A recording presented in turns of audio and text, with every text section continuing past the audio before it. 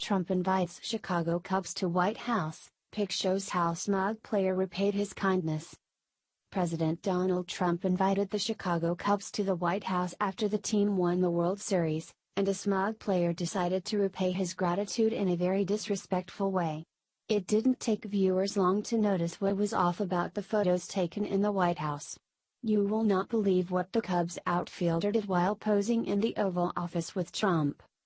The Cubs Albert Almora Jr. was one of many World Series champions who was privileged enough to visit the White House for the second time in 2017 this Wednesday.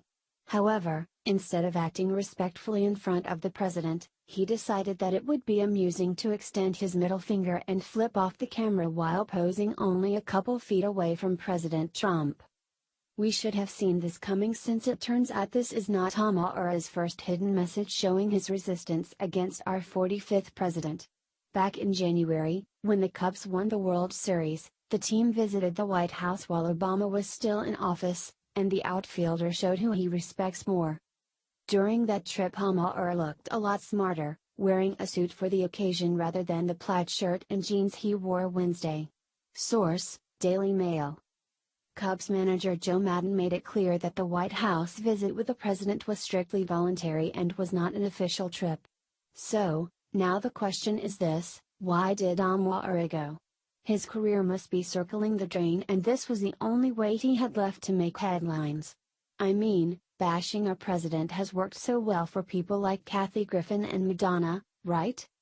Of course, Almora is not the first professional athlete to openly broadcast his disdain for the leader of our country, as if visiting the White House is some sort of chore and not an honor.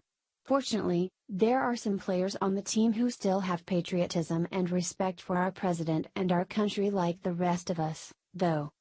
I'm going because it's the United States of America, and I'd rather not live anywhere else except this country, said first baseman Anthony Rizzo.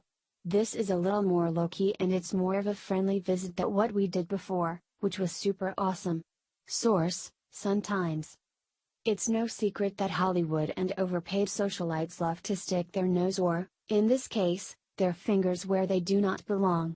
Almora apparently wanted to be the next Trump-hating tough guy to prove his resistance. It is not only a tradition for sports teams in the United States to visit the White House after winning a world title, but a privilege. Sadly, some people have been stuck in their celebrity bubble for so long that they retain too much hot air and seemingly cannot show respect where it is due.